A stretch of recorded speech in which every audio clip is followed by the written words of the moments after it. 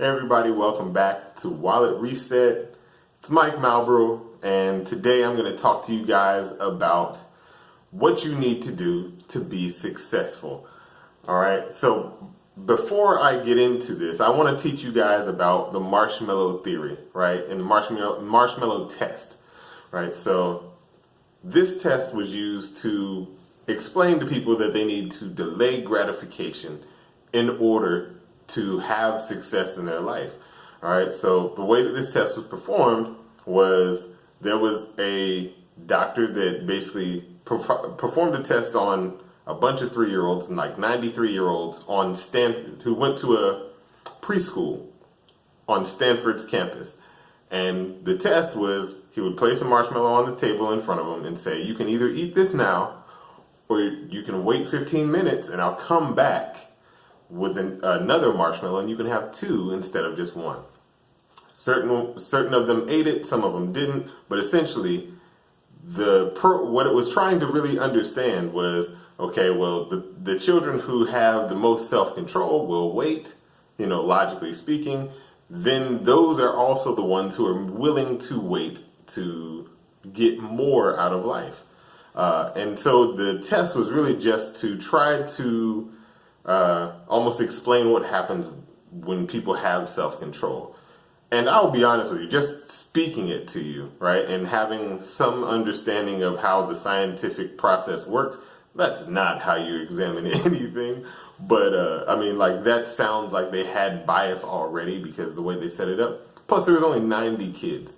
However, I did some research today, and the study was replicated and had 900 kids, took in a lot more information about the family, other things like that. And what they found is that the children who actually do better with this marshmallow test are from affluent households and have a better or more beneficial social economic environment that they grow up in.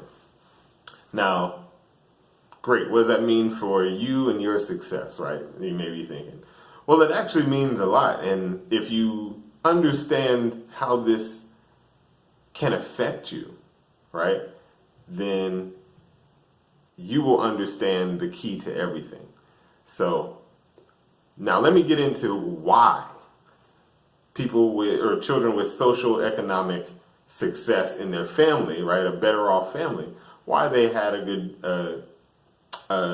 did well with this test.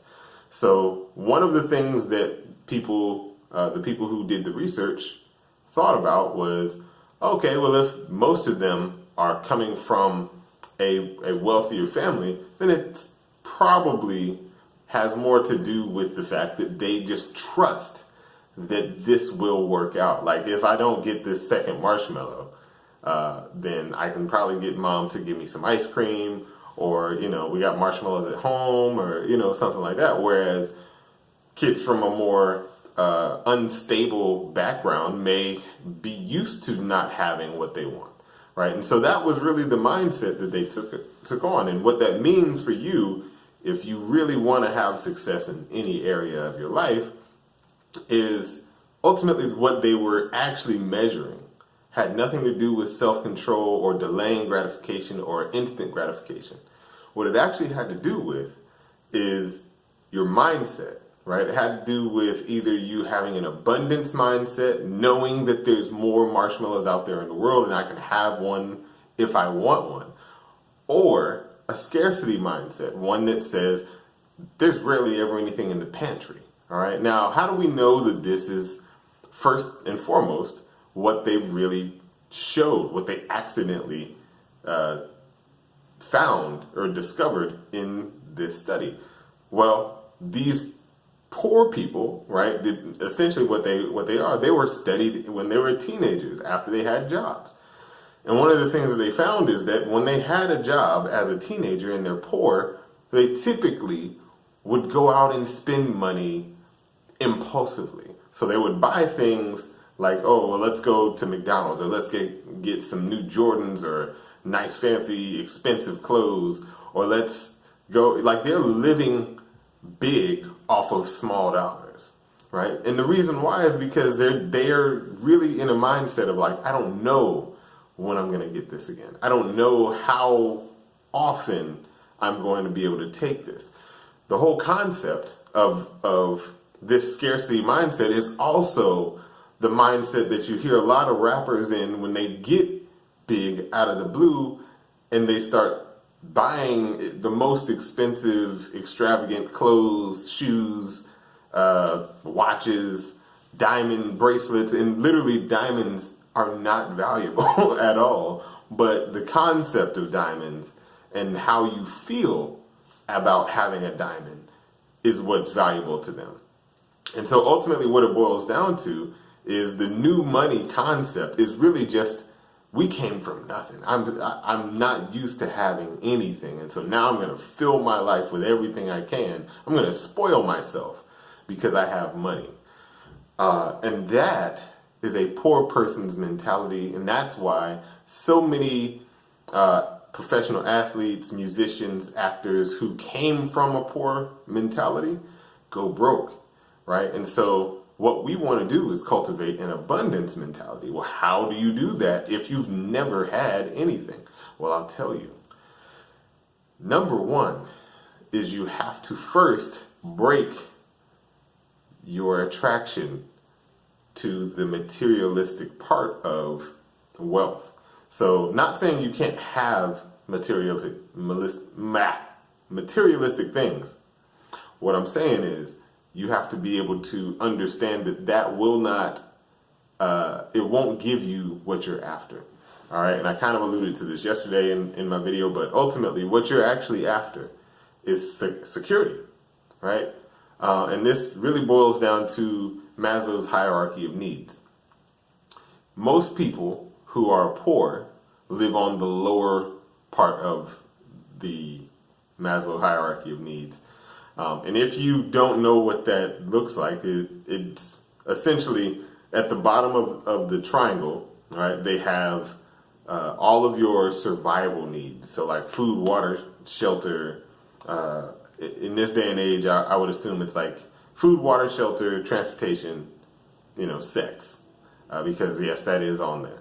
Also, you have you're on the second to the bottom.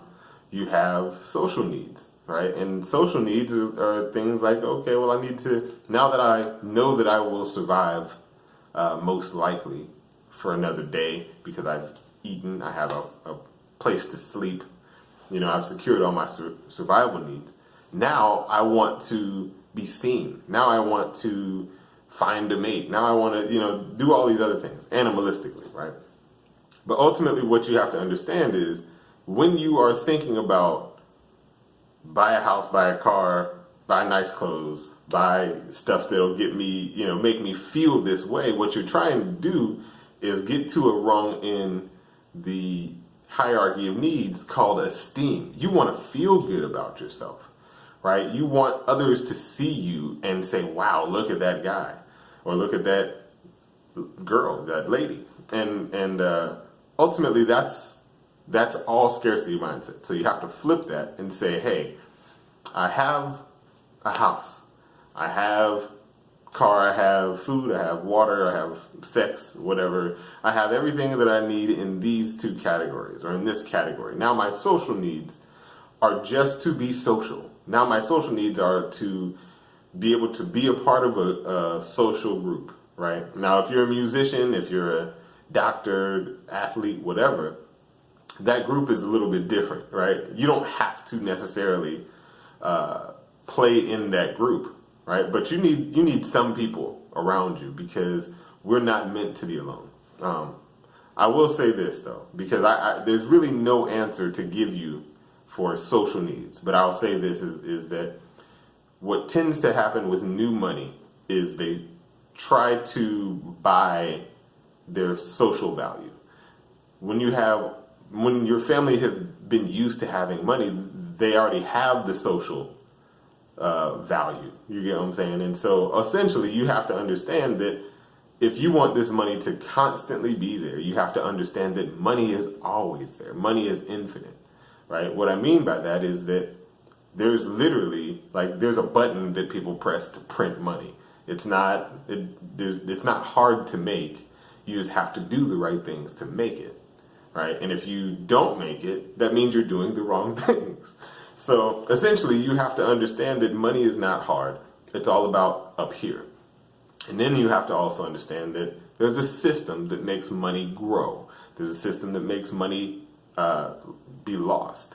And ultimately, all it really boils down to is a few simple things. You have to spend less than you make or less than you have. You have to invest. You know what I'm saying? And you have to try to think long term. Because ultimately, here's the thing. If you want to have wealth, you have to break the scarcity mindset. If you want to have wealth, you have to start thinking about abundance, which means that there is more than enough. And if you ever feel like there's not enough, well, then you took the first marshmallow. And that means that you are probably going to struggle with a lot of different things in your life. As a matter of fact, if you struggle with the marshmallow test, then you probably also struggle with health. You probably also struggle as a parent. You probably also struggle in a lot of different areas because it's not about the money. It's about your mindset. So what I would say is this. If you're trying to improve your life, if you're trying to become more than what you feel like you are right now, you have to understand and start first with, what are my beliefs, right? The only way to do that is to listen to the words that you say, right? As you're talking to people, especially when you're talking about money, you're talking about the opposite sex, talking about family, talking about kids, talking about the things you want to buy. You have to really break it down and associate it with something that has it has a different meaning, right? Now, and essentially just switch the meaning in your head. One thing I've done in the past is, for myself, I've asked, okay, for example, I wanted a Ferrari. My first car I ever thought was like, oh, I want to have this car as a Ferrari, right? And then later on it became a Mercedes, a BMW, blah, blah, blah. And when you get, like I got my Mercedes, I think it was 2013, 2014. And I was like, oh, this is going to be awesome. I love Mercedes, blah, blah, blah. And I had it for about 6 months, and I was like, it's just a car. It, has more expensive parts to replace. It's just a car. So I try to always approach everything like that. If you buy $1 million home, you're just going to go to sleep, buy groceries, put groceries in, pay electric bill. It's the same as renting an apartment. It's the same as living anywhere else, except for you spend more to do it. And I'm not saying that you shouldn't get it. As a matter of fact, I want to have a nice house. I want to have a nice car, but it's nice for me. It's nice for my comfort. It's not nice for like driving around other people who I don't know and don't care about, so that they can be like, wow, that guy has expensive stuff. And that's really ultimately the thing is, we get so wrapped up in that esteem, trying to feel something, that we kind of get lost in the fact that the feeling, all your feelings come from inside you, right? Now, if you understand what I mean, that's whole nother level stuff. But if you don't understand what I mean, let me just tell you. Right now, think about a baby smiling. Or matter of fact, think about a baby laughing as hard as it can. Like a hilarious, like goofy laugh. Imagine yourself holding this baby, tickling the baby, and it's like laughing its mind off, right? And if you can imagine visually this baby in your mind, then you probably are smiling. If you can think about a time that you were happy or a time that you were thankful about something or something funny that happened, then you are probably smiling. Why? It didn't happen right now, right? You're just sitting here watching me. So why are you smiling? It's because our emotions are inside of us. Our emotions are controlled by our thoughts, are controlled by the images we feed our brain, by what we try to think about. Which also means that when you have a negative emotion, it's because of your thoughts. It's not because of something that happened to you. It's how you have been conditioned and programmed to react to outside things. So how you get better at having an abundance mentality is just by conditioning your mind. You have to program yourself with abundance. And that's a lot of work. I'm not going to lie to you, that's a lot of work, and it's worth it. But at the beginning of this video, I promised you that I was going to tell you how to be successful. And here's the one thing you have to do to be successful. All right, instead of delaying gratification, right? When you set a goal, the goal is not what you want to reach in order to feel happy. What you want is to set a goal, right? Like say this is the goal, right? I want $1 million. Boom. I'm going to shrink this goal, right? My goal is still $1 million. I still want to get to $1 million. That's in the back of my mind. But the front of my mind, right? The thing that I'm going to be happy with is progress. Every day I'm getting a step closer to the goal that I want, right? And so it literally starts out as, okay, I had the idea, now what, right? First thing I can do is I can do my market research. I can find a market and a product that I want to promote. Awesome, I'm done for the day. Let me just celebrate. Let me be happy about what I just did. Next day you wake up and say, okay, now that I did this research, now I want to write my product, or I want to write some content. The next day I want to build my site. The next day I want to, so on and so forth, until next thing you know, you actually have a business. And then you're like, hey, well, now that I have a business, I can just make money with it. So how do I make money? I promote my business. How do I promote my business? And every step of the way, it's kind of like a stair step. You're getting one step closer. And that's really it. And as long as you're enjoying every step, you have a little celebration every step of the way, that's what causes you to be happy. That's what causes you to feel that success. And that's ultimately what keeps you motivated to get to that big goal of $1 million, or that $10 million, or $1 billion, or having a wife, or whatever it is that you want to have. You can't get it unless you are able to enjoy the process. And if you get it without enjoying the process, you won't enjoy the goal. Trust me on that. Anyway, that's how you become successful without delaying gratification, without the marshmallow test, right? Is you have to understand that happiness is inside of you. Your fulfillment is inside of you, and you can just reach in anytime you want and get some. Anyway, hopefully that was good for you guys today. This has been Mike Malbrough. I'll see you tomorrow with another video.